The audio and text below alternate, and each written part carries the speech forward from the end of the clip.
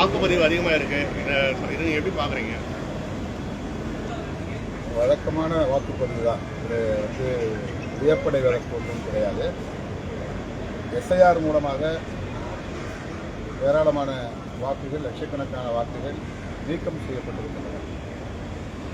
அந்த வாக்குகள் நீக்கம் செய்யப்படாமல் இருந்து இந்த வாக்குப்பதிவு நடந்திருந்தால் பழைய மாதிரியே வாக்குப்பதிவு நடந்திருக்கிறது என்றுதான் நாம் பேசியிருக்கோம். ஆனால் எஸ்ஐஆர் மூலம் இதுவரையில் பதிவு செய்யப்படாமல் இருந்த வெறுமன எண்ணிக்கையில் மட்டுமே இருந்த வாக்குகள் லட்சக்கணக்கில் செய்யப்பட்டிருப்பதனால் இப்போது கூடுதலாக வாக்குப்பதிவு ஆகியிருப்பதை போன்ற ஒரு தோற்றம் இருக்கிறது. இது உண்மை இல்லை. ஒவ்வொரு தேர்தலுக்கும் 5 ஆண்டுகளுக்கு பிறகு புதிய வாக்காளர்கள் 20 to 25 லட்சம் பேர் இணைவார்கள். அந்த எண்ணிக்கையில் கூடுதலாக சேருவார்கள். அதுபோல் இந்த தேர்தலிலும் 20 to 25 லட்சம் பேர் புதிய வாக்காளர்கள் தேர்ந்தெடுக்கிறார்கள். அவ்வளவுதான். இந்த தேர்தலில் மீண்டும் திமுக ஆட்சிதான் அமையும்.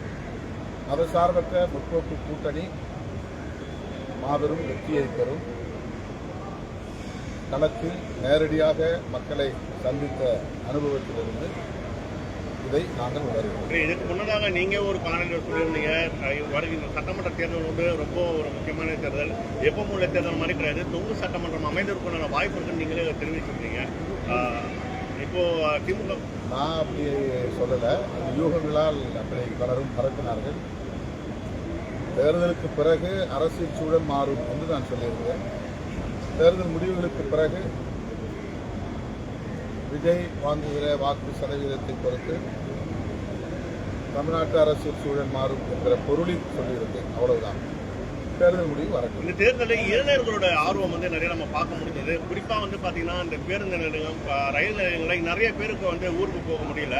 அவங்களாம் வந்து இப்போ ஓட்டு போடணும்னு சொல்லிட்டு ஒரு கோரிக்கை வச்சிருக்காங்க. இது குறித்து உங்கள் கருத்து? இனிமே ஓட்டு பண்ணுவாங்க. இல்லைண்ணா, அவங்களாம் ஒரு கோரிக்கை வைக்கிறாங்க, இந்த மாதிரி தபால் ஓட்டு. ஆனால் அவங்களால ஓட்டு எதுவும் போட முடியல. நிறைய பேரால ஊருக்கு போக முடியல. அவங்க ஒரு கோரிக்கை மாதிரி வைக்கிறாங்களா? இதுக்கு உங்களோட என்ன கோரிக்கை வைக்கிறாங்க? மீண்டும் எங்களுக்கு போதுமான வாகன வசதி இல்லை, அதனால நான் ஊருக்கு